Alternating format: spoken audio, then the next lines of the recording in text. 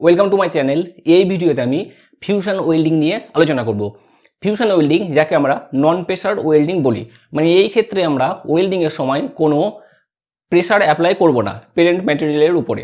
তো এই ক্ষেত্রে কিভাবে আমরা ওয়েল্ডিং করি? তো ফিউশন ওয়েল্ডিংয়ের জন্য আমরা যে দুটো ম্যাটেরিয়ালকে একে অপরের সাথে জয়েন করব, সেই দুটো ম্যাটেরিয়ালকে আমরা তার মেল্টিং স্টেটে যাওয়ার জন্য হিট করি। তো মেল্টিং স্টেটে পৌঁছে যাওয়ার পর আমরা হিট সাপ্লাই বন্ধ করে দিই।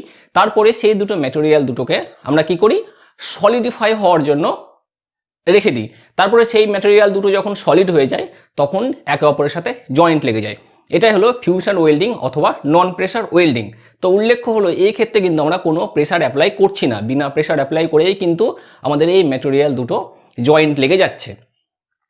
মানে আমরা কি করি, ফিউশন ওয়েল্ডিংয়ে আমরা দুটো ম্যাটেরিয়াল একে অপরের পাশে রাখি। তারপরে আমরা এই দুটো ম্যাটেরিয়ালকে হিট করি কীরকম, মেল্টিং স্টেটে হিট করি। মেল্টিং স্টেটে হিট করলে এই জায়গাটুকু আমাদের মেল্ট হয়ে যায়। তারপরে আমরা অপেক্ষা করি সলিড হওয়ার জন্য। যখন সলিড হয়ে যায় তখন এটা একটা ওয়েল্ডিং জয়েন্ট হয়ে যায়। তো এই ফিউশন ওয়েল্ডিংয়ের মধ্যে কোন কোন ওয়েল্ডিংগুলো পড়ছে? এই ফিউশন ওয়েল্ডিংয়ের মধ্যে পড়ছে গ্যাস ওয়েল্ডিং পড়ছে ফিউশন ওয়েল্ডিংয়ে, ইলেকট্রিক আর্ক ওয়েল্ডিং আছে সেটাও ফিউশন ওয়েল্ডিংয়ের মধ্যে পড়ছে, আর একটা পড়ছে থার্মেট ওয়েল্ডিং, এটাও ফিউশন ওয়েল্ডিংয়ের মধ্যে পড়ছে।